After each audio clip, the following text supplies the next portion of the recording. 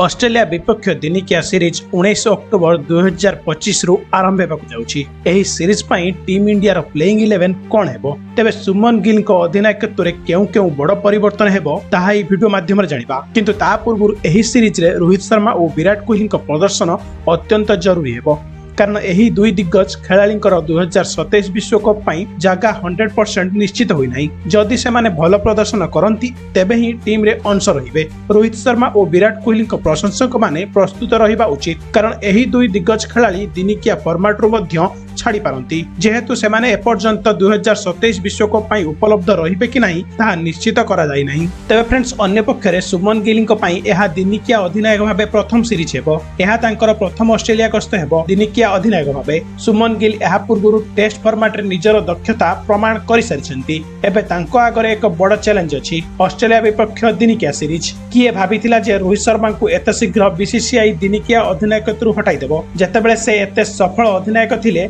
आमे समस्ते आशा करुथुले जे अति कम रे 2027 विश्वकप पर्यंत रोहित शर्मा टीम इंडिया अधिनायक रहिबे, किंतु एहा हेबो नाही।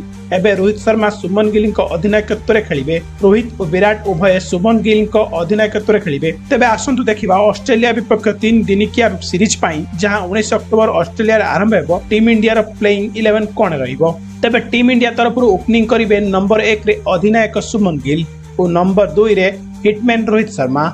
एही दुई जन ऑस्ट्रेलिया विपक्ष दिनिकिया सीरीज पारीर आरंभ करिबे। देवदत्त पाडिकल को स्क्वाड रे अंतर्भुक्त करा जायछि, किंतु से एही दिनिकिया सीरीज रे बेंच रे ही बसी रहिबे। नंबर 3 रे किंग विराट कोहली। रोहित शर्मा और विराट कोहली चैंपियंस ट्रॉफी परे प्रथम थर पई अंतर्जातीय क्रिकेट रे प्रत्यावर्तन करिवे, अर्थात 7 मास परे अंतर्जातीय क्रिकेट रे खेलिबे। रोहित और विराट को प्रशंसक माने चाहिबे जे एही सीरीज रे उभय निजर जलवा देखाइबे। तबे नंबर 4 रे टीम इंडिया रा नुवा उप अधिनायक श्रेयस अय्यर को अवश्य सही सुजोग मिलिछि, जहाँ से योग्य थिले। वर्तमान दिनिकिया फॉर्मेट रे नंबर 4 पई तांको ठारू उत्तम बैट्समैन केही नांती।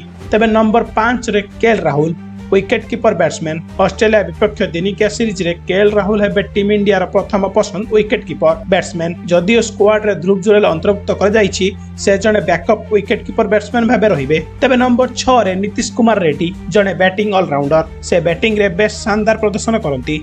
एही दिनिकिया सीरीज रे तांको बोलिंग रे मध्य चमत्कार करबाकू हेबो, कारण हार्दिक पांड्या आहत थिबारु तांको स्थान रे नीतीश रेड्डी को टीम रे अंतर्भुक्त कर जाइछि। तेणु तांको हार्दिक भଳି प्रदर्शन करबाकू हेबो। नंबर 7 रे अक्षर पटेल, टीम इंडिया रा शानदार spinner allrounder. BCCI Ravindra Jadeja को दिनिकिया रेस रु बाद देई एहा स्पष्ट करि देइछि जे सेमाने अक्षर पटेल को आगरे रखिचंती। जदिओ जाडेजा बाद हेबा पछरे कोनोसी निर्दिष्ट कारण बुझा पड़ी नाही, जाडेजा मध्य बेस शानदार प्रदर्शन करिसंती एवं निरंतर भलो खेलिसंती। आपण चाहिथिले अक्षर पटेल और रविंद्र जाडेजा को एकाठी खेलाई पारिथांते किंबा स्क्वाड रे भी रखि पारिथांते। नंबर 8 रे टीम इंडिया पाखरे दुईटी विकल्प अछि, वाशिंगटन सुंदर स्पिन ऑलराउंडर और Kuldeep Yadav chinaman spinner.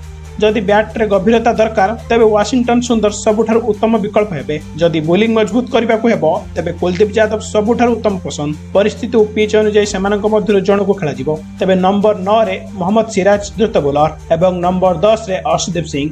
Number 11 रे रहिबे प्रसिद्ध कृष्णा। तेबे बैकअप द्रुत बोलर भाबे स्क्वाड रे हर्षित राणा अछंती। मोहम्मद सामी को विषय रे कहबा गोले एबे मने हेउछि तांकर खेल समाप्त होई जाइछि। जेतेबेले सिलेक्टर माने मोहम्मद सामी को इंग्लैंड गस्त पई स्क्वाड रे नै नथिले, सेतेबेले सेमाने कहिथिले जे सामी आघात अछंती, किंतु एबे एहा सुस्थ होई सारिछंती। तेबे एबे काहे कि से दिनिकिया टीम रे नाहंती ताहा मध्य जणा नाही। तेबे एहा होछि ऑस्ट्रेलिया विपक्ष दिनिकिया सीरीज पई टीम इंडिया रो स्ट्रांग प्लेइंग 11। तेबे आपण मानक मतरे एही भारतीय दल कोन शक्तिशाली, एहा कोन ऑस्ट्रेलिया जाई ऑस्ट्रेलिया विपक्ष दिनिकिया सीरीज को जीति पारिबो, कमेंट माध्यम रे निश्चित जणाइबे। एवं आपणकर प्लेइंग 11 कोन हेबा दरकार, कमेंट माध्यम रे निश्चित जणांतु।